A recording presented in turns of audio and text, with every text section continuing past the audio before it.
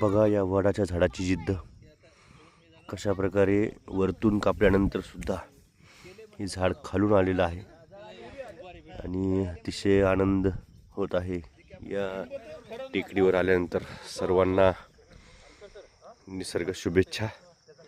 आणि आपण बघू शकता किती छान असं वातावरण या टेकडीवर सध्या आहे आणि आमची सगळी टीम नेहमीप्रमाणे या झाडांचं संवर्धन करण्यासाठी इथे आलेली आहे.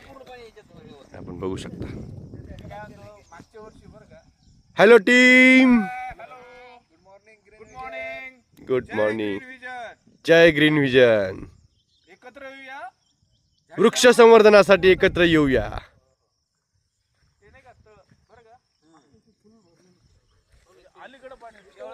खूपच एनर्जेटिक काम या ठिकाणी होत आहे या निसर्ग सानिध्यात. या